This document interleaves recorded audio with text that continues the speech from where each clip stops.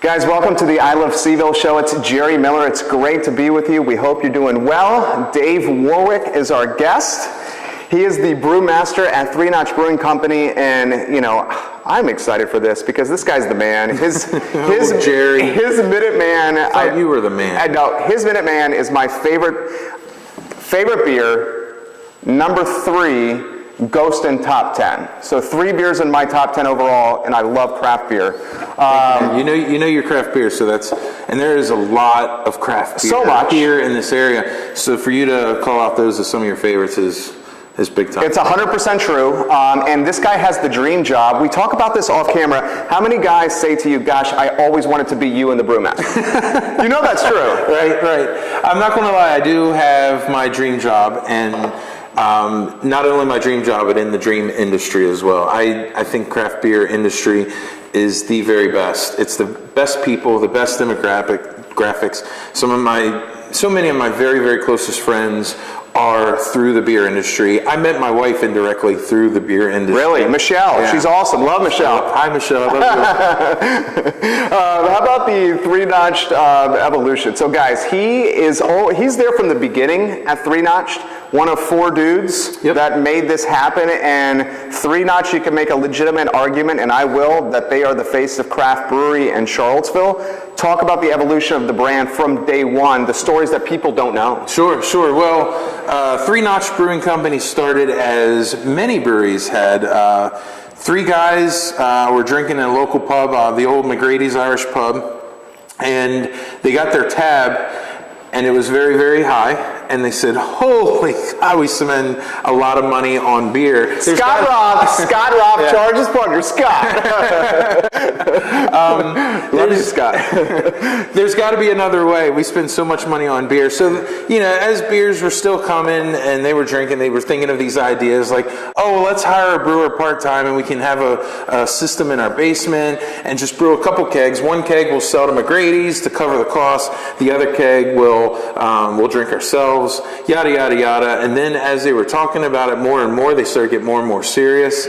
And then they were thinking, they got putting their heads together, they realized, well, wait a minute, why sell a keg to McGrady's when we can just open up a tasting room and have people come in and sell at retail and have direct contact with the guests, with the drinkers. And then next thing you know, George Castendike is our CEO, just brilliant numbers guy. And he took it very seriously. It wasn't just a drunken hobby, passion project. It wasn't just drunken banter with buddies. Like, he actually took it very seriously and really started to do a lot of research on the cost of systems and places in Charlottesville. And he realized that the system kept getting bigger and bigger because he realized that doubling the size of the brewery did not necessarily double the costs. So next thing you know, the idea went from a tiny little system in somebody's basement to taking over almost all of Monticello Dairy building. Love it. This was over 5 years ago. So the 3 guys all decided, this was George Castendike, Scott Roth, and Derek Naughton. Yeah. The 3 guys went full speed ahead and start a brewery. And you got to go back to 2012 with the SB 604, the Senate Bill 604, that allowed breweries to sell pints in retail after the tasting rooms. Right. Wineries have always been able to do it. So this is really at the very beginning of this craft beer explosion in 2012. And they knew they wanted to really be a part of it and jump in big. When they realized that this was what they were going to do, they started to do research with other local breweries and just ask advice. And do you know anybody interested?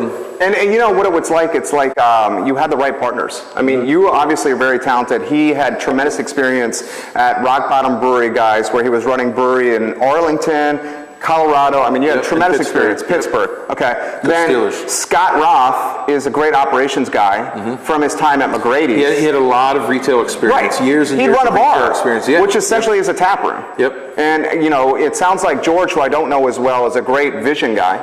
Yep, absolutely. George is the visionary, as the CEO. He's the numbers guy. He's the finance guy. He's the one that really spearheaded all of the raises, all the financing, and making sure that we were going to be in good shape and have the money. He bought the tanks, basically. How does Derek come into play?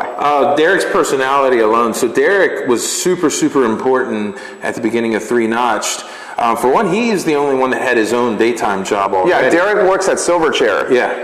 He's a upper level guy, C-suite guy, I believe, at Silverchair, top guy there. Yep. So he was our version of Paul Revere or Jack Jewett. He pretty much said, Three Notch'd is coming all over town. And on his lunch break, he would go to all the bars in the downtown mall, introducing himself to managers and bartenders and say, hey, the brewery's coming.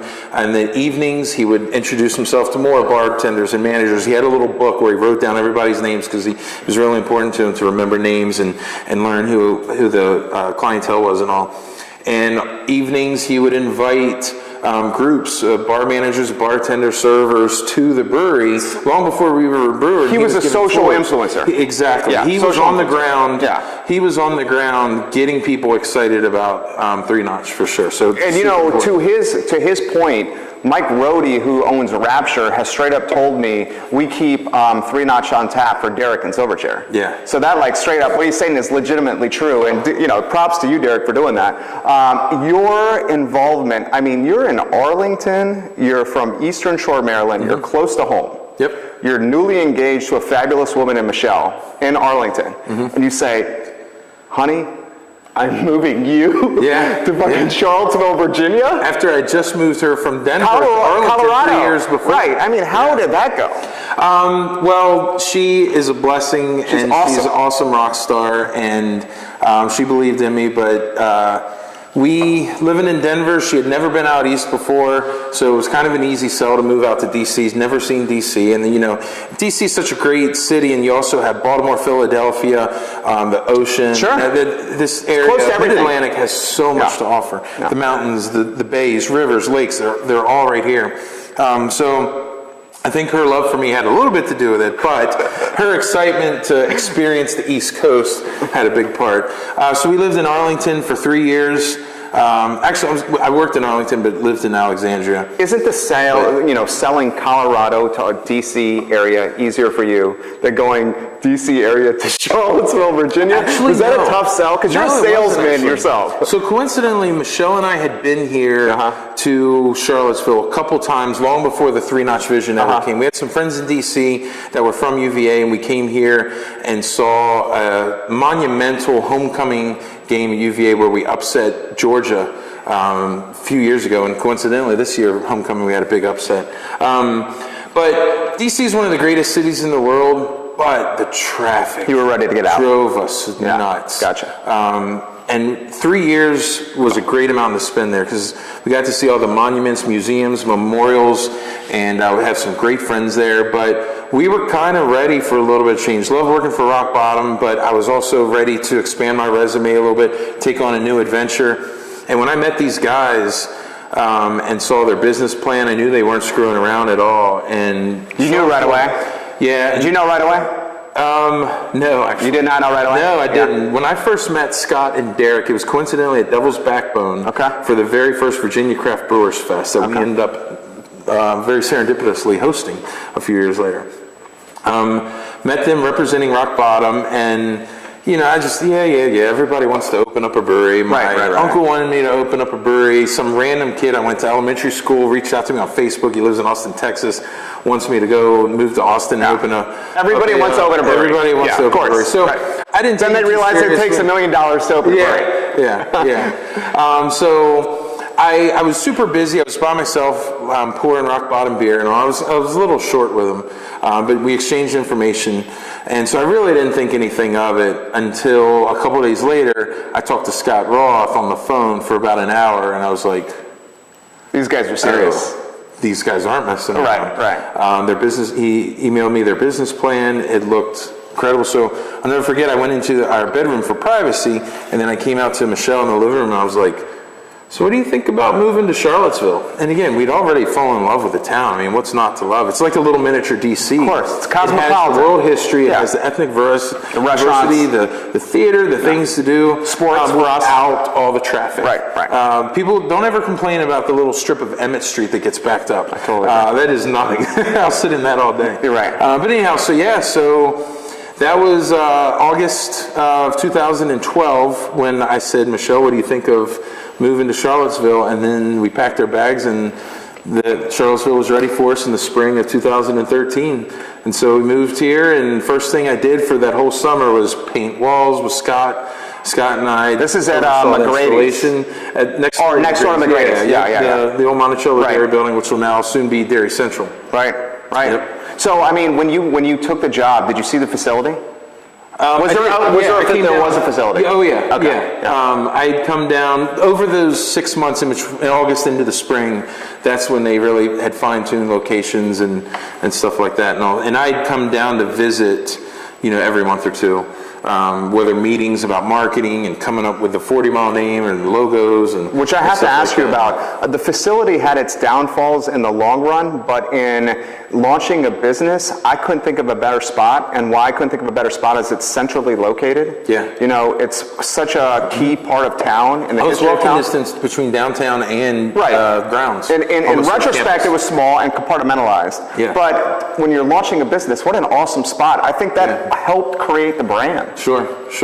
It was. It had a great loading dock for us. It met all of our needs as a production facility, but it also had this kind of quaint little, Cheers kind of bar feel to it, a little humble upstarter tap room to it that was something special for sure. I love it, and guys, obviously they're at Ix Art Park right now. How about the move to Ix? Were you guys scared? I mean, you now have Ludwig Kutner and Alan Kajin as landlords. Right. You're taking a freaking ton of square feet. Yeah, and you're doing it at a time where a lot of folks can say perhaps the category is getting saturated and there's too many breweries, and some folks are saying maybe there's a bubble. And you guys are betting on that the beer is so darn good that the cream rises to the top, which I think is going to happen because your beer is that good, and you guys have turned into like this epicenter of fun for families, especially on the weekends. Yep. But how scary was the leap to that kind of big of a spot? I mean, there was so much unknown. I mean, we were doing well in Charlottesville. We were doing well throughout the state of Virginia, but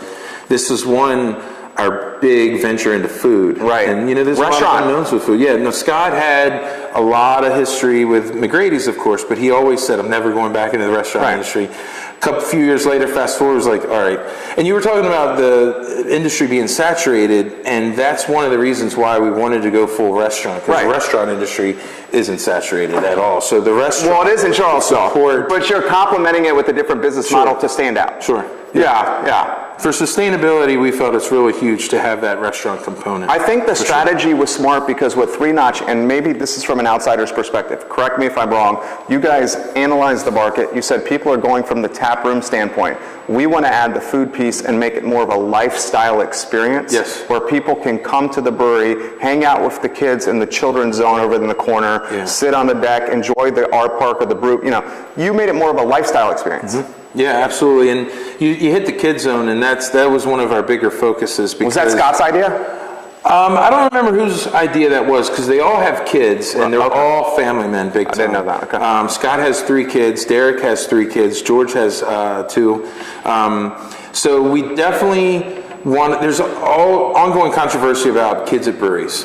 But so we were lucky enough to have a space big enough to accommodate 2 kinds of people. The people that want to come with their families and let their kids hang out. We have a kid zone in the corner. You can be there in the corner, sit there, have a beer, have food. Your kid's right there, going to town with Tonka trucks and Matchbox cars. It's awesome. And drawing on chalkboards and stuff. While you're watching the game and drinking good beer. People who want to go out to a brewery and don't want to have kids running around, they can be on the far side of the building where the bar is, and they'll never see any of the kids because the kids are tucked away back in the kids zone. So it works out perfectly. Outside in our space, there's plenty of spaces around the corner where you won't see any kids. We're at the bar where you can just be with your buddies and all. But then around the corner on the other side is that TP on the mulch and the playground, again, with Tonka trucks. And so I mean, Charlottesville is definitely a family town. Totally. For sure. Smart move by you. We absolutely had to do something to facilitate our family. I think the Three Notch'd team differentiated themselves from their competition in the market by welcoming families to the brew pub. And you look at the other tap rooms, which I frequent often, are more bar settings and less approachable family settings. And that's why I like to come with my family on the weekends and why we do come. The other thing that I was really wondering about was like, with this brand and you coming to market and you taking such a large footprint from Ludwig and Kajin and the XR Park, did you guys ever consider purchasing your own spot and like being like owners of the real estate as well, where you can like, I'm gonna be here forever? Oh, make no mistake, every possibility crossed the guy's mind. You did? Yeah. Absolutely. I mean, they certainly looked at buying property. I mean, there was a dozen spaces that they looked at all over town before deciding on X. And as for the details, yeah, we don't have to talk about that. I totally get it. I pay attention to the brewery. That's my worry, and so luckily we have the talent of those guys to worry about the business side of things, so I can just focus on. One of the things I like is I enjoy following your travels. You must be the most well-traveled brewmaster in America. This dude is all over the place. Hayes Humphrey might really have me beat. Yeah, you travel a lot. Hayes gets to travel all over the country, but I get to all over the world. I get to travel all over. How many days a month are you traveling? Including local in the state. I'd say it's not that bad. I'd say 3 or 4. Okay. 3 or 4 a month isn't too bad. No. But it depends on the month. Yeah. Like October, I was gone traveling for 3 straight weeks. It's awesome what you're doing. November, I'm only traveling for family for Thanksgiving, and I'm not traveling at all. But maybe once a week, I'm going to Richmond.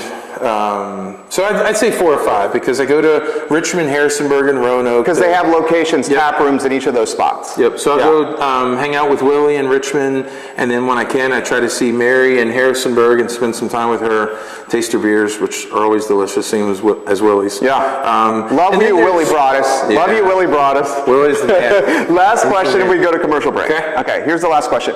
When you do these meet and greets in Roanoke and Harrisonburg and Charlottesville, I have seen it.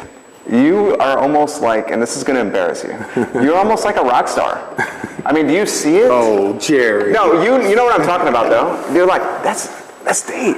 That's Dave. What is that like? I am very fortunate to have one of the funnest titles in all the land. The Brewmaster title gets me a lot of it's awesome. A lot of attention. But you embody the qualities. Yes. My favorite part of brewing is talking about beer with people, for sure. So I get excited about it, and I'm definitely an extrovert. I enjoy being out. I enjoy getting feedback on the beer. That's one of the biggest things. I can't grow as a brewer if I don't get direct feedback from people about the beer, whether it's good or bad, for sure. So yeah, I do enjoy it, for sure. It's I got a dream job. Yeah, he handles it well, guys. All right. I guess because my voice is so loud and I'm so huge, I think it's like a trifecta. Cool title, really, really tall, really, really loud, really big. He's an interviewer's dream right here. Okay, we're gonna come back from break. 30 seconds. We're gonna hear from Scott Wagner, chiropractic and sports medicine. Thank you, Scott Wagner, for helping us with the I Love CVille show. When we come back, I'm going to talk about pop culture's influence on this man's life. He is a pop culture aficionado. I think that's fair. Sure. I want to talk about how he loves living in Charlottesville from a local standpoint, lives in Charlottesville city limits. And then I want to talk about, we'll run the gambit with local stuff with Dave Warwick. We're coming back in 30 seconds on the I Love CVille show.